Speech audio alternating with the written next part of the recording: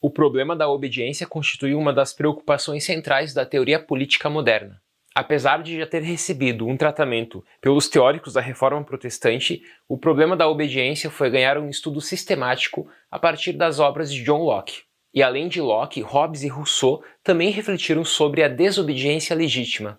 O absolutismo monárquico acabou dando lugar às democracias constitucionais. Os procedimentos legislativos conhecidos hoje não se mostraram suficientes para garantir a justiça de leis, que tenta tratar de forma igual e homogênea o pluralismo e o multiculturalismo presente na sociedade contemporânea. E justamente por isso permanece na agenda política contemporânea o problema da opressão. E como sabemos, onde há opressão, há resistência. Falarei inicialmente sobre o direito de resistência e a desobediência civil, e após falarei sobre o dever de desobedecer. Aquilo que a teoria política moderna chamou de direito de resistência será chamado no período contemporâneo, na teoria política contemporânea, de desobediência civil. E assim os pensadores modernos, ao tratarem da resistência, acabaram consagrando o conceito direito de resistência. Já o termo desobediência civil foi usado inicialmente pelo pensador Henry David Thoreau em 1866.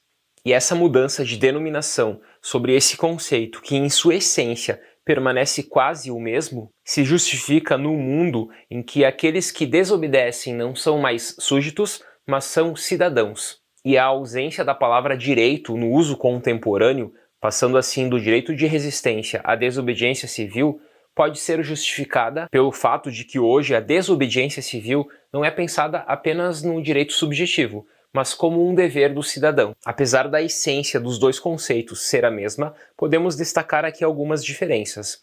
A resistência dos modernos, ela tinha como grande objetivo os seus fins, enquanto que os pensadores contemporâneos voltam sua atenção principalmente para os meios e não para os fins. Então, se para o direito de resistência havia o fim como grande objetivo, para a desobediência civil há o meio. Portanto, não se trata mais de discutir o porquê da resistência e em quais situações ela se justifica, mas o como ela acontece. Destacarei agora algumas características da desobediência civil e, portanto, dos meios, do como ela se realiza. Como primeira característica, a desobediência se realiza no plano da civilidade, por meio da não violência e, portanto, de forma pacífica. E essa resistência pacífica acaba consubstanciando a desobediência civil.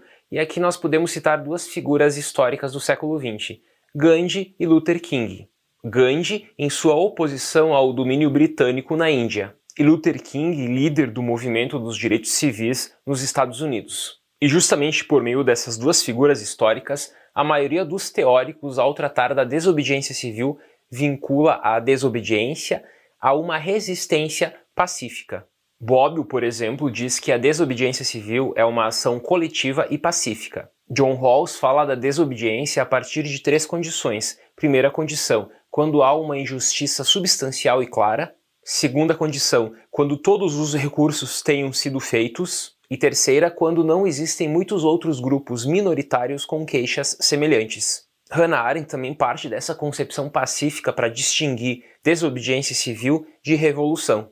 Desobediência não envolve violência, revolução envolve violência. E a saída de cena da versão liberal do direito de resistência levou consigo o caráter individualista da resistência. Se nós pensarmos, por exemplo, Antígona de Sófocles, com Antígona nós temos uma objeção de consciência e não uma desobediência civil. Dworkin também se preocupa muito com essa distinção entre objeção de consciência e desobediência civil. Na objeção de consciência, nós temos o caráter individual. Na desobediência civil, o caráter é coletivo. E, portanto, com isso, nós temos a segunda característica da desobediência civil.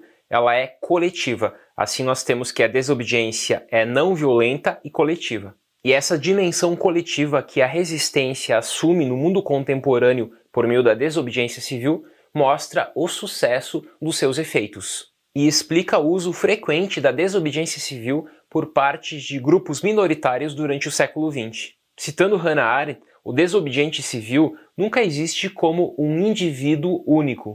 Ele só pode funcionar e sobreviver como um membro de um grupo. Outra característica fundamental da desobediência é o seu caráter público. A publicidade dos atos está diretamente relacionada com os efeitos que esta prática objetiva. Os resultados esperados afetam uma pluralidade de pessoas e não apenas um indivíduo. Assim é o caso da desobediência às leis tidas como injustas. Não se espera da sua violação apenas a isenção de sua obrigação, mas a sua alteração. E para que a desobediência civil possa implicar a alteração das leis injustas, a sua prática tem que ser pública. Somente sendo pública, possibilitará que a sua prática seja revista e que haja uma alteração da lei se ela for injusta. E o seu caráter público também ajuda, segundo Hannah Arendt, a diferenciar os desobedientes civis dos criminosos comuns. O sucesso dos criminosos comuns está justamente no fato de conseguirem esconder os seus atos. Já o sucesso do desobediente civil está na publicidade do seu ato. Assim, 3 características fundamentais da desobediência civil são não violenta, portanto pacífica, coletiva e não individual, e pública. Falarei agora sobre o dever de desobedecer a partir do teórico comunitarista Michael Walzer.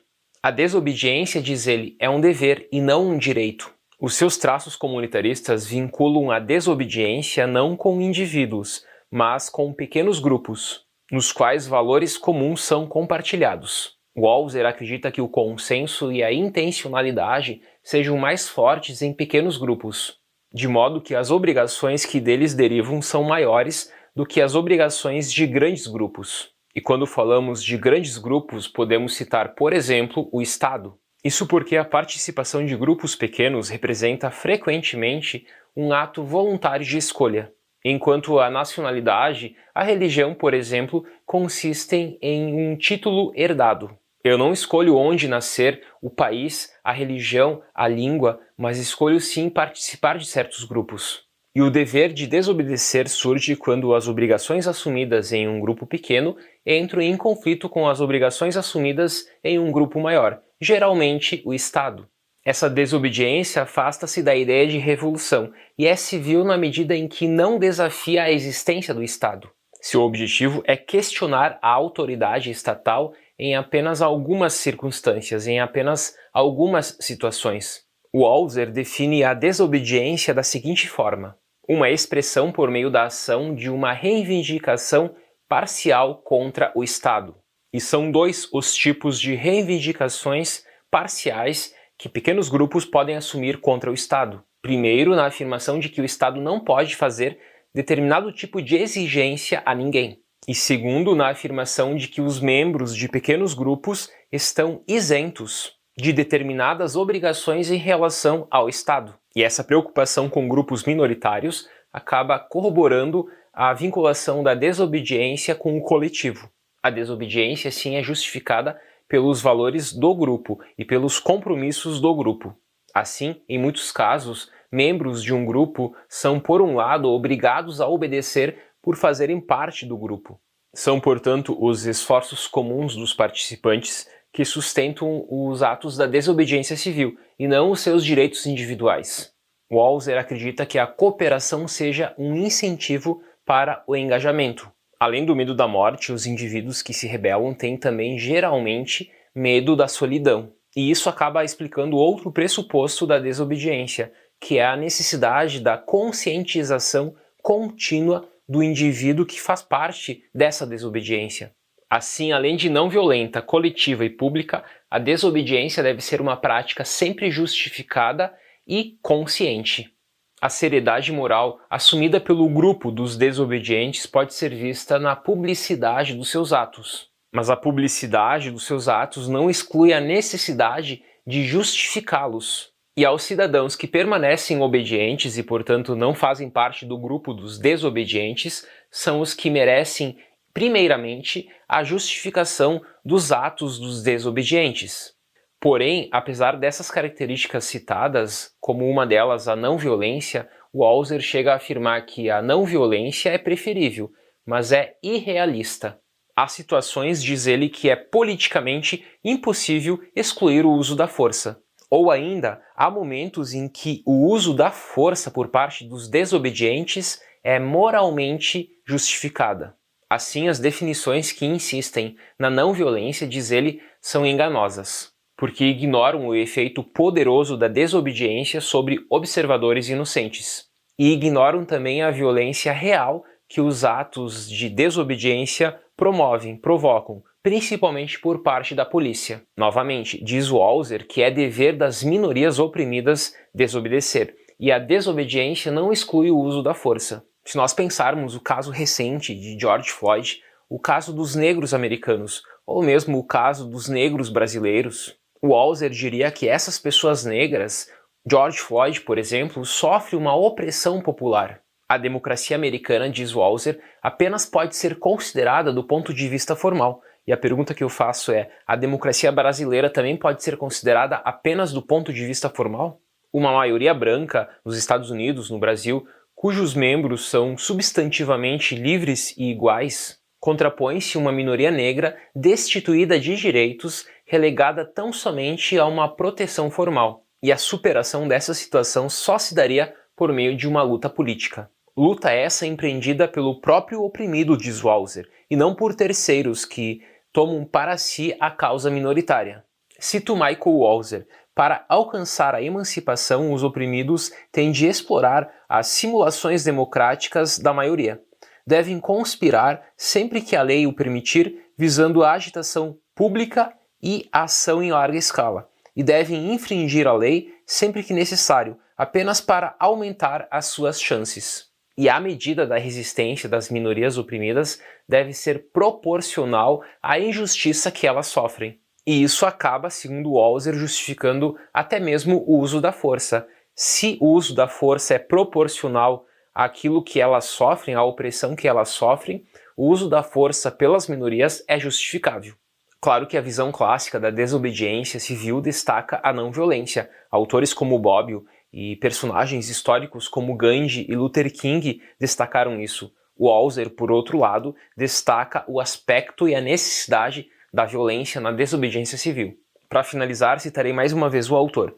Os cidadãos oprimidos em estados democráticos possuem, portanto, o dever inalienável de resistir à opressão estatal. Esse é o único dever que possuem, uma vez que a opressão que sofrem justifica a ausência total de obrigações para com o Estado. Enquanto persistir a opressão, homens e mulheres oprimidos mantêm o direito não de destruir o Estado democrático, nem de entrar em guerra contra ele, mas de negar-lhe o que tem a dar: lealdade, serviço e obediência. Enfim, resistência e desobediência é um grande tema da filosofia política moderna e contemporânea, e com certeza ele é importantíssimo para os dias atuais. Até mais!